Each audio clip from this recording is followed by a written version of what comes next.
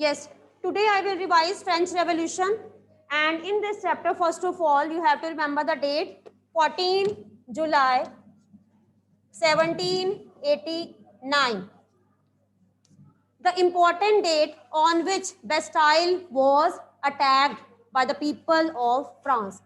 So first of all, when I am telling you the line that on this date Bastille fort was stormed, Bastille मतलब एक fort, एक palace का name था, एक prison type palace था, ठीक है। मैंने आपको जैसे बताया कि इस पैलेस में आर्म्स एंड एमिनेशन स्टोर किया जाता था एंड प्रिजनर्स जिनको अरेस्ट किया जाता था उनको इस फोर्ट में रखा जाता था। So that's why people in the France they hated this Bastille fort. तो इस चैप्टर में मेन आपने 3 फोर्ट पढ़े हैं, Bastille, Versailles, palace of Versailles जहां पे किंग लुई 16 अपनी फैमिली के साथ रहते थे। एक और पैलेस आपने पढ़ा है पैलेस ऑफ ट्यूलेरिस।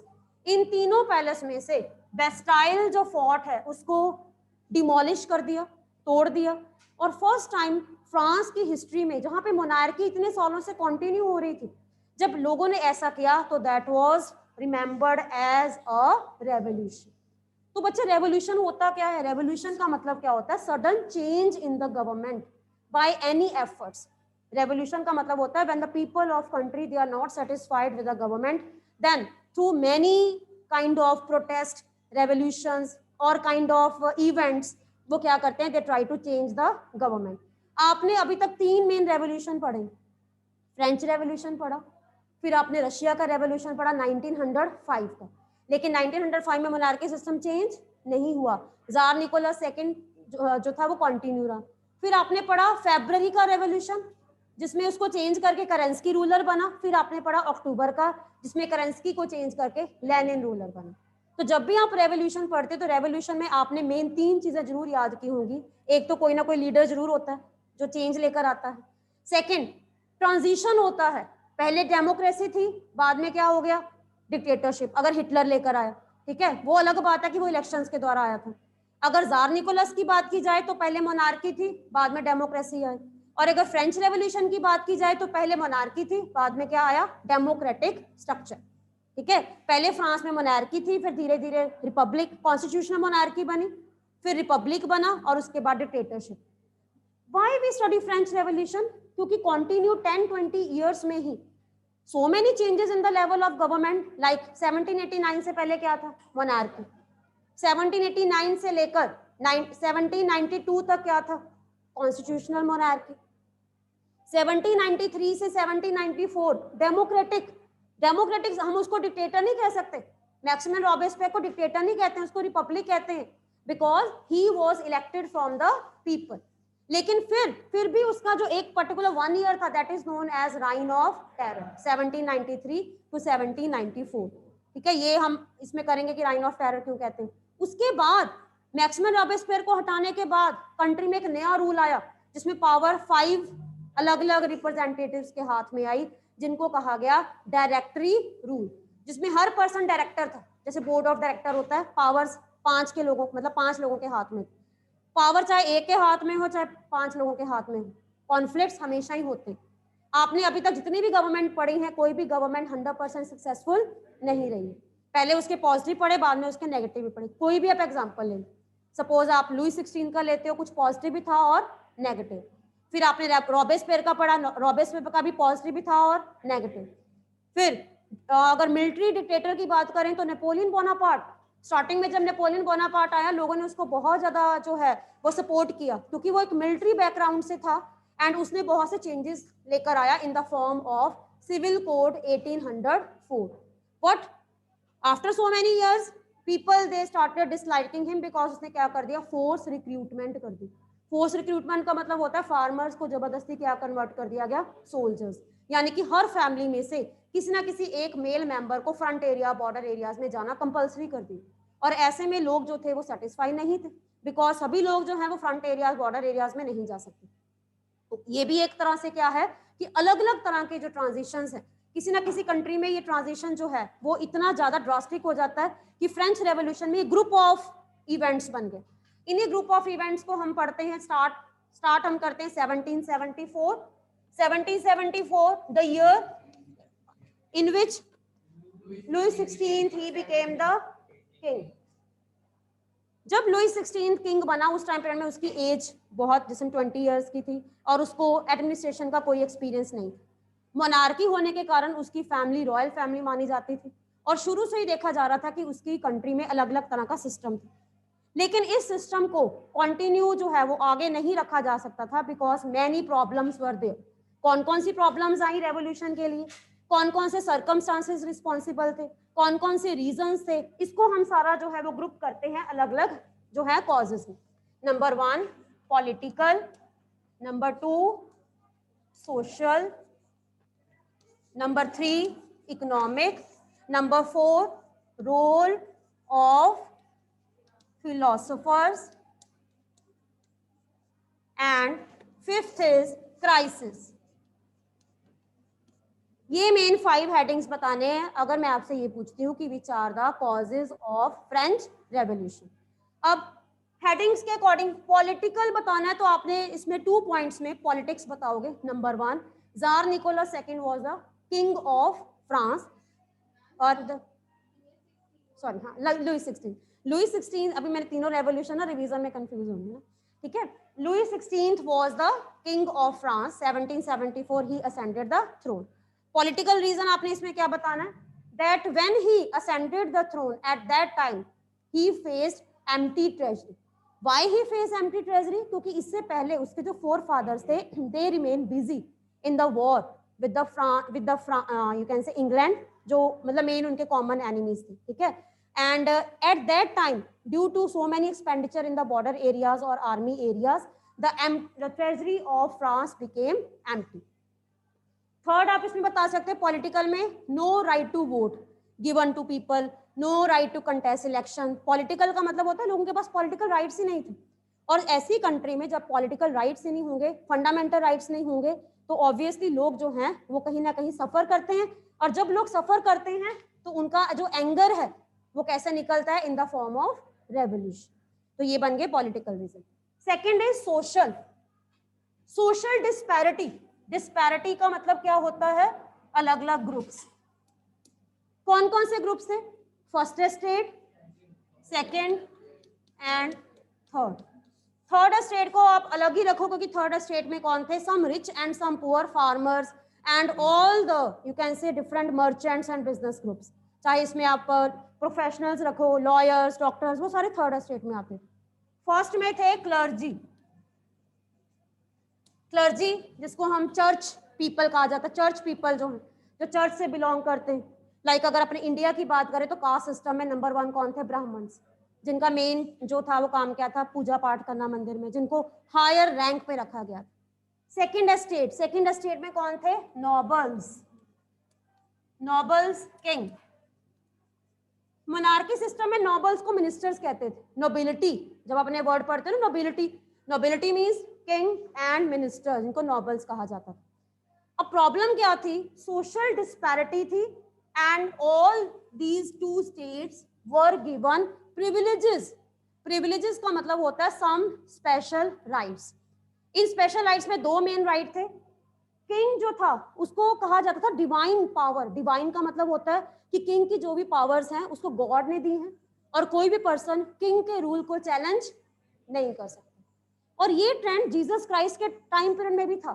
जिस टाइम पर में जीसस क्राइस्ट ने जब किंग्स को या मोनार्क्स उस टाइम में थे उनको अपोज किया, eight that time many people they turned against Jesus Christ, they supported church and they supported ministers and Kings also, and that's why he was crucified, उनको क्रूसिफाई किया गया। क्लियर। सेम 1789 से पहले भी यही सिस्टम था France में। Third state के लोगों को अलग अलग तरह के टैक्स देने पड़ते थे। Madhav, which kind of taxes were paid by the third estate people? Tithe and tithe.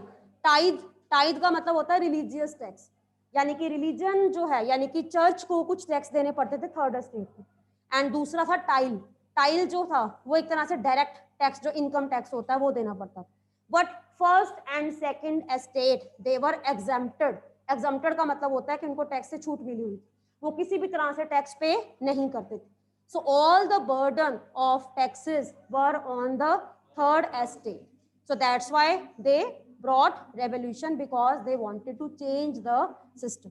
अब इस थर्ड स्टेट में बहुत से एजुकेटेड फिलोसफर्स थे जिन्होंने अलग अलग तरह की बुक्स पढ़ी, ठीक है। अब ये कौन कौन सी बुक्स थी ये हम नेक्स्ट टॉपिक में करते हैं, जो हमारा है role of philosophers.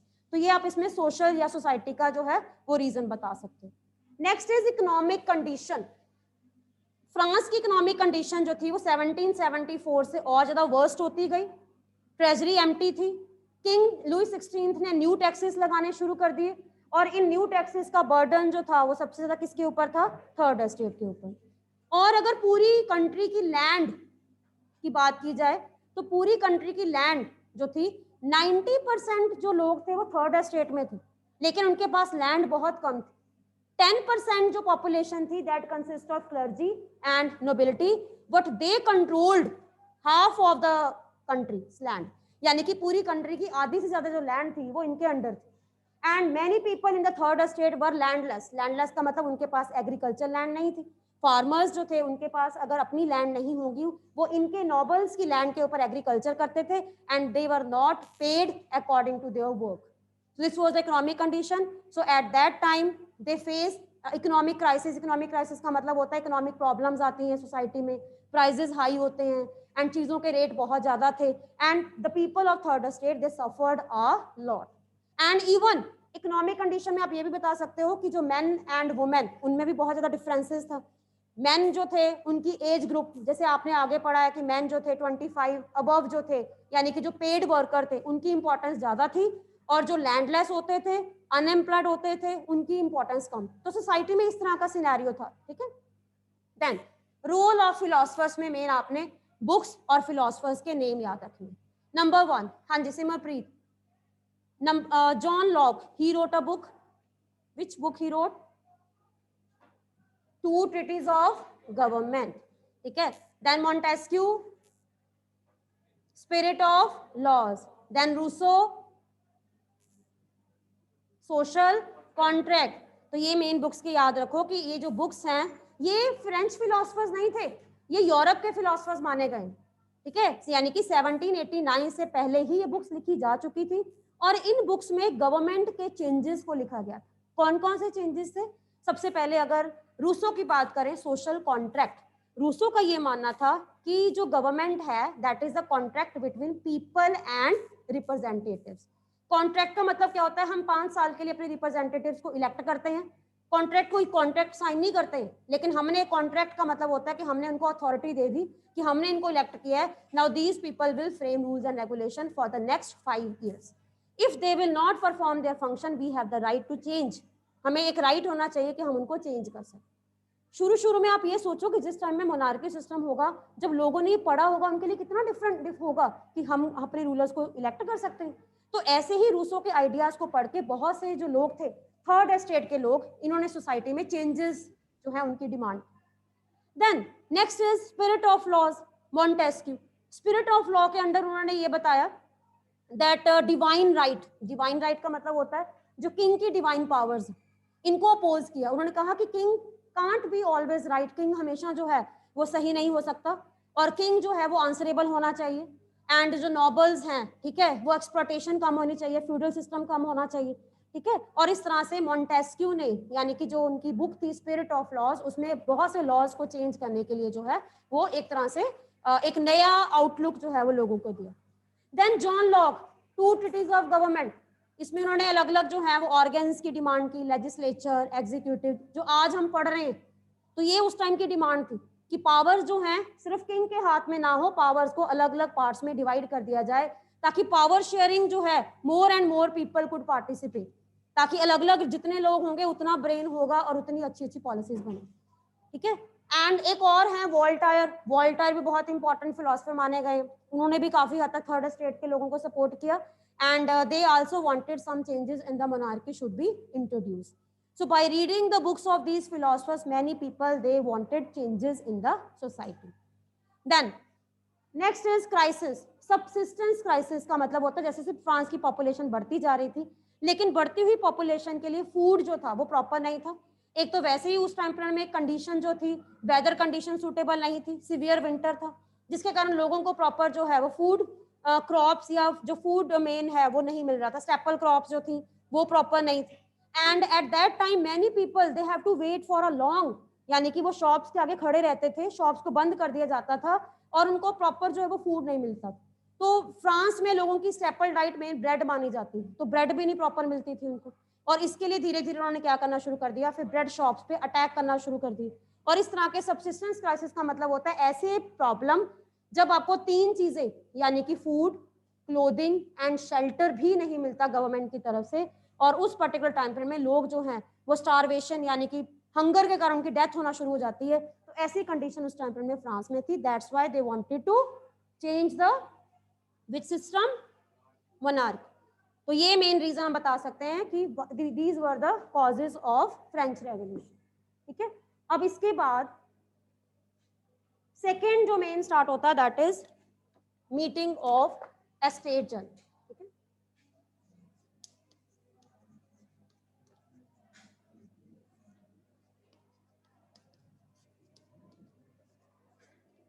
Estate general क्या था? एस्टेट जनरल एक पॉलिटिकल बॉडी थी जिसमें फर्स्ट, सेकंड और थर्ड एस्टेट के रिप्रेजेंटेटिव्स को बुलाया जाता था। किंग ने जब भी नए टैक्सेस को लगाना होता था तो इनके रिप्रेजेंटेटिव्स को बुलाते थे।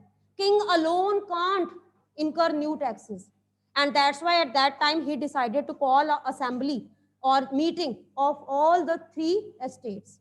Palace of Versailles was decorated, hall was decorated, and all the representatives were invited.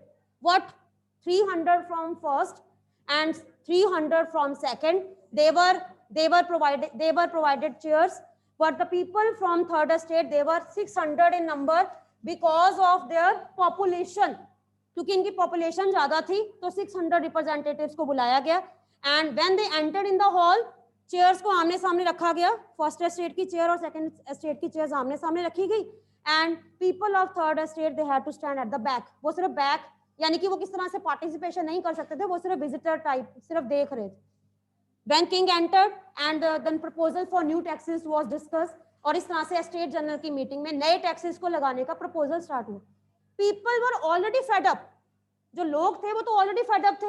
And आपको पता है कि जब ये लोग थर्ड स्टेट के लोग जब आए, इनके पास बहुत सी लेटर्स थी, यानी कि लेटर्स वो थी जिसमें लोगों ने अपनी अपनी प्रॉब्लम्स को लिखा हुआ था। इनको शायद ये लगा कि किंग इनकी प्रॉब्लम्स को सुनेंगे और उनको सॉल्व करेंगे, बट ऐसा नहीं हुआ। And this time third state के लोग पूरी तरह से तैयार होकर आए थे and they rejected voting system. Voting system का मतलब क्या होता है कि पहले किंग जब भी कोई प्रपोजल रखता था, हर एस्टेट का एक वोट माना जाता था। एक वोट मतलब ये तो फॉर्मेलिटी थी, each estate had one vote. तो अगर 1+1+1 देखा जाए तो किसकी ज्यादा मेजॉरिटी मानी जाएगी? फर्स्ट और सेकंड एस्टेट की, यानी कि पूरी एस्टेट का सिर्फ एक vote. So this time these people they wanted to change the criteria.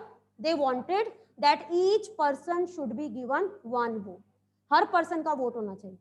लेकिन किंग ने क्या किया, प्रपोजल को रिजेक्ट कर दिया। और ऐसे में ये जो 600 रिप्रेजेंटेटिव्स थे, इसमें याद रखना इसमें maximum Robespierre he was the one.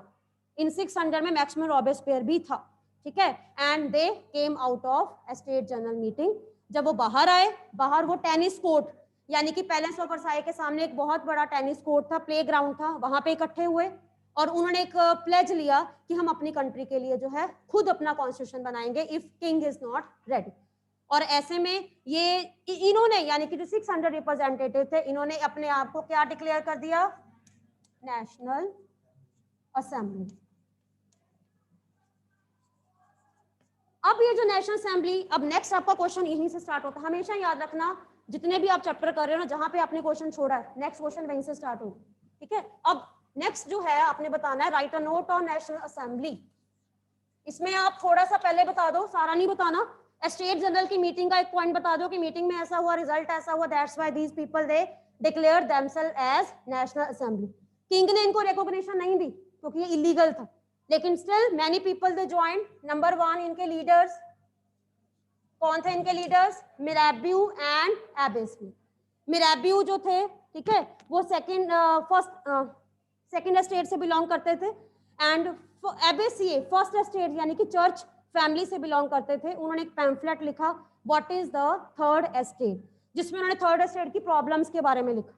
And आप ये सोचो कि ये लीडर्स जो थे बिराबी और एबेसिए, फर्स्ट और सेकंड स्टेट से होते हुए भी इन्होंने इन लोगों को सपोर्ट किया और कॉन्स्टिट्यूशन लिखने में काफी हेल्प की। अब नेशनल असेंबली के लोग हर रोज वहां पे आते थे, यानी कि हम ये कह सकते हैं कि मीटिंग के बाद वो वहां पर बैठकर अपने लिए रूल्स एंड रेगुलेशंस बनाते थे। जिस टाइम पर मैं नेशनल असेंबली अपने लिए कॉन्स्टिट्यूशन बना रही थी, उसी पर्टिकुलर टाइम पीरियड में कंट्री में कंडीशन जो थी वो और ज्यादा ग्रिम होती गई, ठीक है। और इसी पर्टिकुलर टाइम पीरियड में 14 जुलाई 1789 को क्या हुआ, अटैक, बेस्टाइल को अटैक कर दी।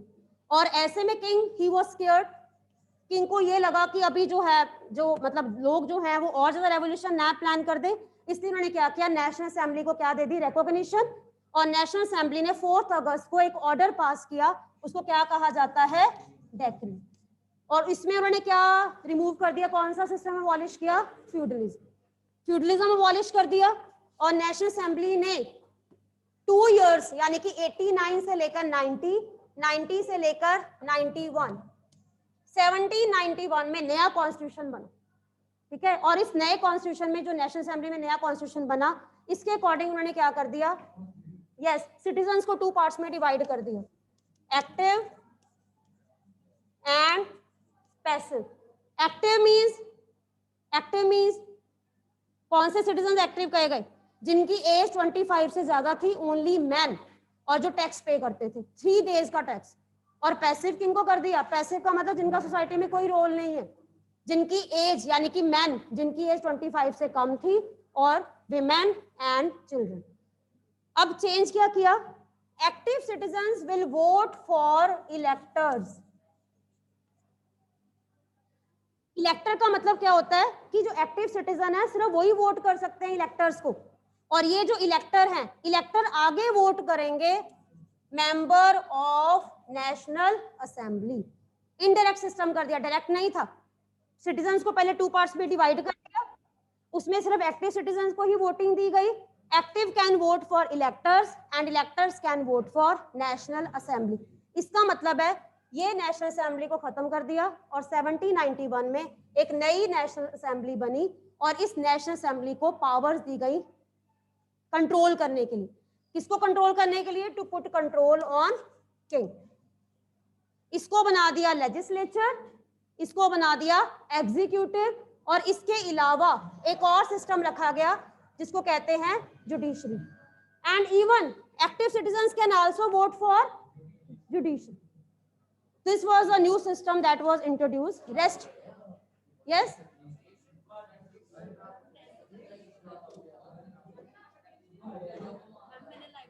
Any doubt, beta? Any doubt to online students?